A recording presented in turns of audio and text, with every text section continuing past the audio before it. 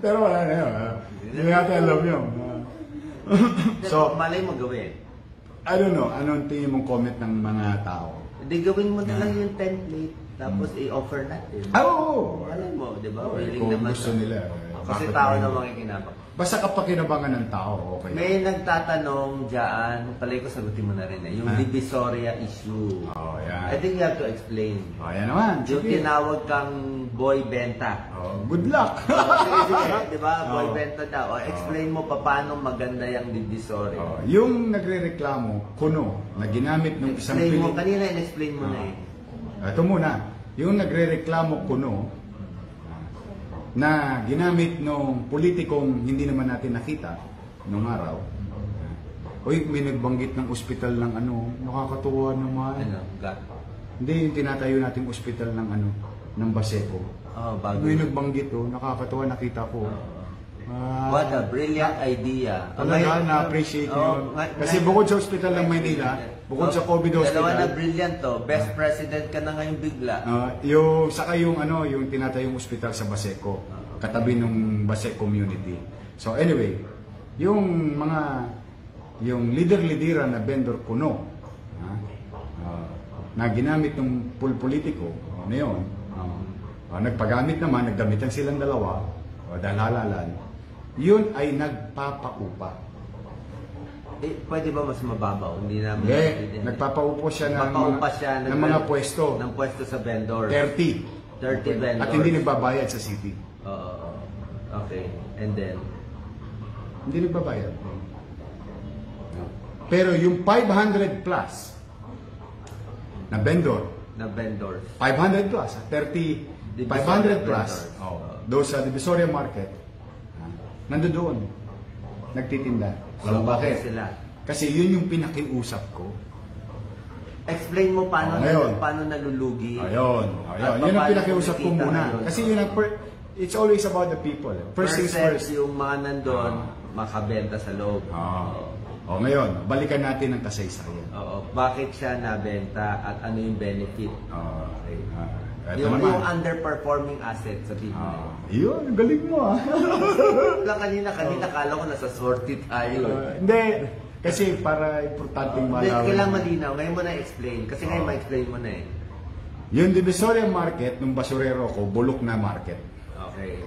May mayor nun, tatay niya. Ibinenta yun sa private corporation. Binenta yung Actually, hindi binenta. Pero mukhang benta. Ito na yan, para hindi binenta, pero mukhang benta. Hindi na benta, pero parang binenta. Ibig sabihin, pinagahasa. Yung presyong luging-lugi ang... Galing mo Magkano yung presyo? Basta, gahasang-gahasa. Hindi na sabihin. Basta, tapos noon, natalo yun, yung mayor na yun. Natalo yun. Tapos tinuloy yung sumunod na mayor. So nagawa ngayon yung Divisoria Market. Ngayon, nag-expire. Pa-expire na. And-extend. Pero pamura ng pamura yung rent. Maliit lang makukuha ng Maynila in 20 plus years. 40 million. 40 million lang makukuha in how many years? 25 years. 25 years, 40 million lang. Ikaw, nagpapaupa ka. So per year, 1 million lang makukuha ng Maynila. Halos. Dilugi tayo doon. Maganda mo, di ba? Ewan ko, kung taningin ng tao. Parang madalas. Alam nyo, parang halos... madalas ata gawain yun sa gobyerno. See? Bebenta ng mababa. Ayan, ito walang mali siya to. Tapos may kickback ng malaki. Hindi politiko to si Doc Willie. Baka basang-basa niyan eh. Hindi, common sense, di ba? Bigay ko sa'yo mura, tapos may kick. So, ipit yung Maynila ng 25 years. Pero hindi ka kikita ng maayos. Wala na, 1 million a year na lang, 1.5. Pangalawa. So, lugi-lugi siya. Hindi rin siya babae ng milyar. So, kailan mo, wala rin siya ang milyar. So, kailan mo binalak na palaguin na lang to? Instead na 1.5 million per year, ngayon, paano na? Magkano nakuha natin? May get 1 billion. We get 1 billion? Yes. Plus future taxes. Pagbili niya muna. Yes. 1 billion, Maynila. Magkano pa makukuha yearly? Tanong naman, ano napakinabangan? Kaya nga, magkano makukuha yearly sa nawala nating 1.5 million doon sa mababang rental nung una? Hindi. Lugi tayo sa rent. Hindi siya babayad ng milyar. Underperforming asset. Nagkakagulo mundo, nasunog ang Baseco. 1,000 bahay may higit. Ang tao walang masisilungan, mukhang basang sisig. Then, you saw Baseco community, you saw hospital. Ano, yung pera ba napakinabangan ng tao? Napakinabangan. Balik natin yung Ngayon, Divisoria. yun nga, yun doon napunta. Sige. O, tapos bumili tayo ng mga pagkain, kumain ng tao. 6 months. Food boxes. See? O, ngayon, tanong, kumita ba tayo bilang Maynila? Bilang siyudad? Oo naman. Yung tao. O, napakinabangan ba ng tao? Oo naman. So from 40 million lang for 25 years, now you get about almost 1.5 billion. Mahigit. Initial payment yun. Bayad nila yun. Tapos magkano yung tax? Eto na ngayon mga kababayan, Ito yung maganda yearly. mga taxpayer.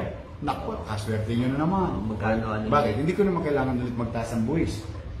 Hindi magtataas ng buwis ang Bakit? Maynila. May bago na namang source ng taxes. Galing doon sa Divisoria. Galing doon sa Divisoria Market. Magkano ang makukuha natin sa Divisoria? Mahina ang 100 million doon pagka nagkataon. 100 million per year. At least mga 40, 50, 60, depende kung ano yung rate. Let's say 50 million makukuha natin doon sa Every year. Every year. Against your 1 million.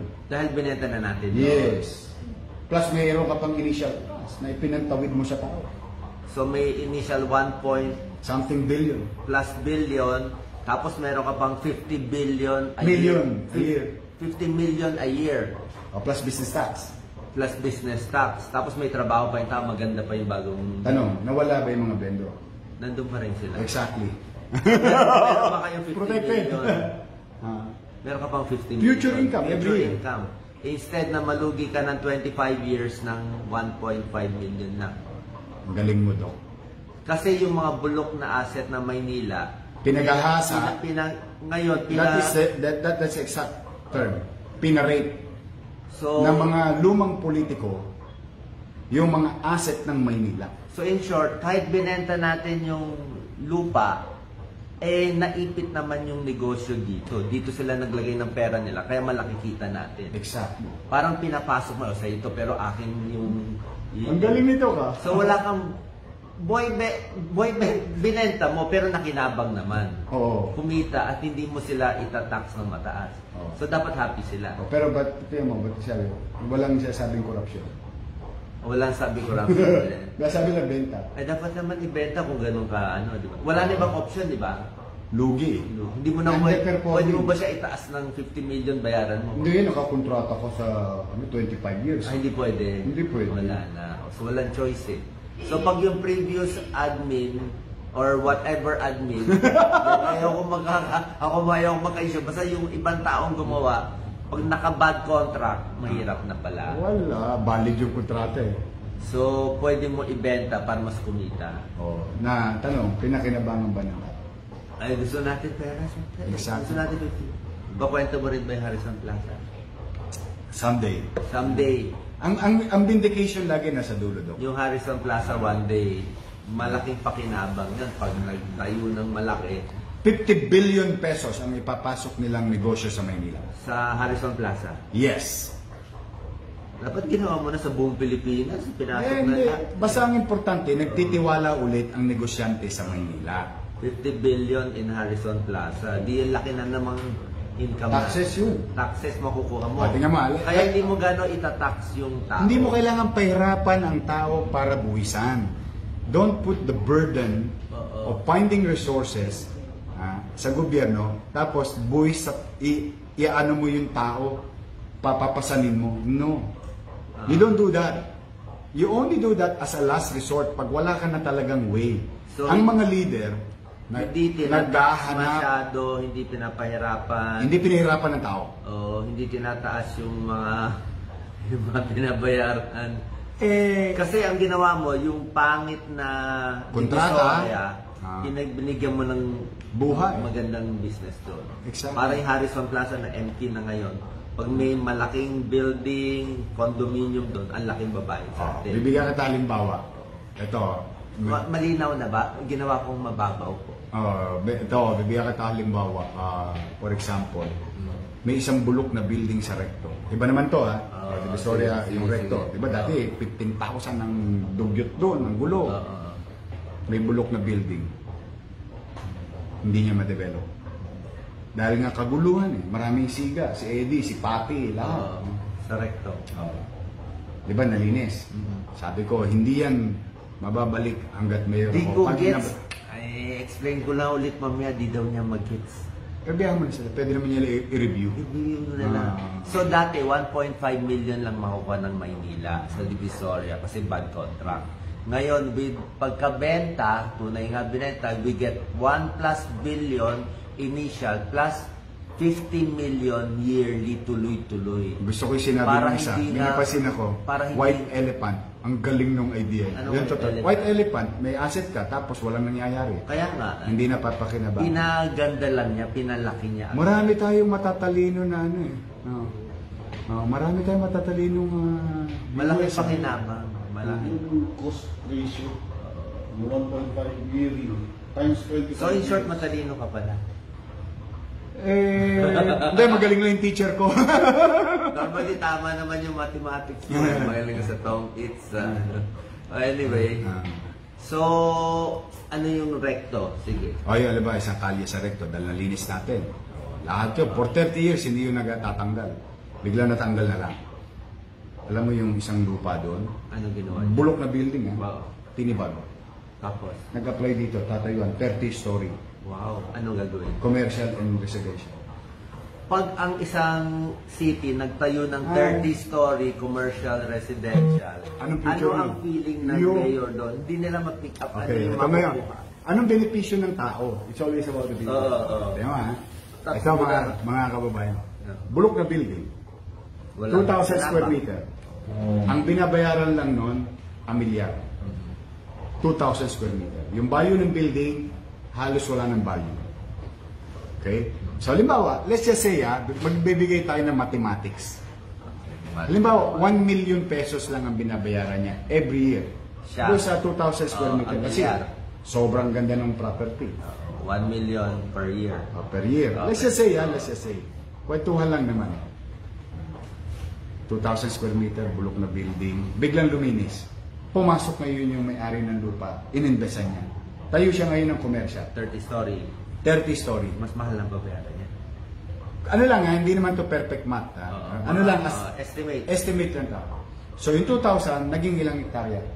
Marami na yun. Kung 30 story, Times 30. 6 hectares. Hmm. Tama ba? That is 60,000 square meter. Hindi ko ba Oh, 30 Okay, times sige, 2,000. sige. Okay. That is 60,000 square meter of taxable property.